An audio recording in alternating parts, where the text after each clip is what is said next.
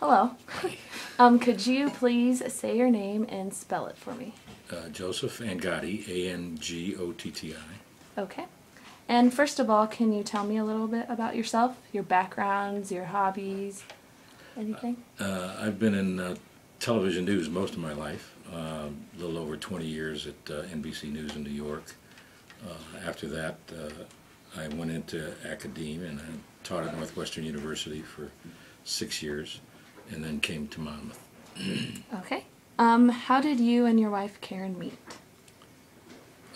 She was a graduate student at Indiana University. She was a student at Indiana University. I was a graduate assistant. So I had her in a class, and that's how we met. Okay. How are you personally involved with Rainbow Riders? Initially, I was involved a great deal. I helped Karen found Rainbow Riders, helped find the financing, and came up with financing ourselves.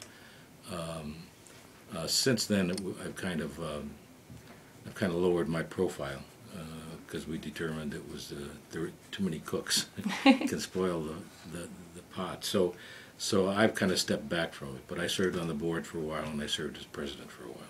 Okay. What are your favorite qualities of your wife? I guess her determination more than anything else. Once she sets her mind to do something, she just applies all her energies and her skills to get it done, and she's very good at it. Okay.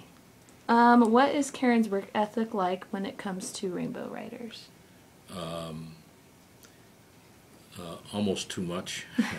She devotes a whole lot of time to it, but she's a natural for it because she's been around horses all her life. She loves horses. She did a lot of training and had a lot of education with special needs children. So it all kind of came together at the very end, and she devotes a lot of time to Rainbow Riders, but she's also very excited about it, and she enjoys it. Okay. How have your lives changed since first starting Rainbow Riders? My life hasn't changed that much because I was already teaching when we started Rainbow Riders. So I've been able to keep up my part of our lifestyle without it affecting me too much. But it's affected her tremendously because she hadn't done any of this, and we hadn't. Well, neither of us had done any of it beforehand, but her life has changed dramatically. Okay. What are some future ideas that you and Karen would like to see within Rainbow Riders? Well, we're facing kind of a problem, not a problem, but we're at the point where we can't really take any more children because we're already filled for the summer months. And it's really hard to say no to these kids. And we get a lot of applications for people that we just can't handle.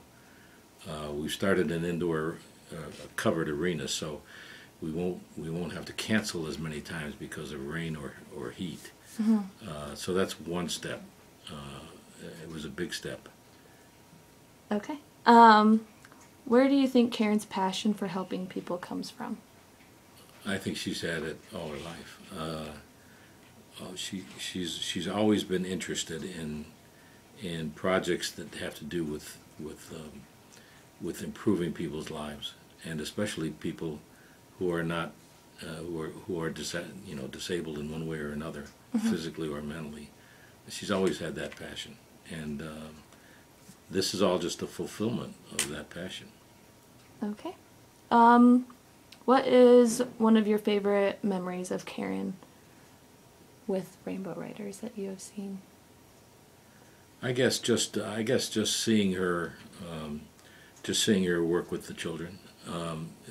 It's always exciting to watch because she gets so emotionally involved with them and gets so excited. She's always very positive with them, and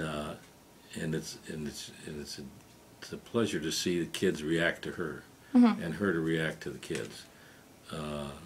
So that's been the most memorable image I have of her, is her in the arena and working with some of these children. Okay. Would you consider your wife a local hero? Why or why not? I guess, yeah, I guess I'd consider her a local hero. She's made a huge contribution to this community, and it's been an eye opener for me because I'm seeing parts of her that I never saw before. Believe it or not, even though we've been married all these years. Okay. Is there anything else that you would like to add? You just might want to know how we ended up here. It was 30 or 40 years ago. I bought some property from my father-in-law, property that we're on right now, without having any idea of ever coming back to Monmouth. That was the furthest thing from my mind. But when I left Northwestern University and came back here, she had this idea to do this therapeutic riding thing, which neither of us really knew anything about. And we looked at different places to go to do that, and we decided, you know what, we've got this property in Monmouth, we've got a barn, and why not just go back to Monmouth and do it? And so that's how we ended up here. All right. Well, thank you so much for your time. You're welcome.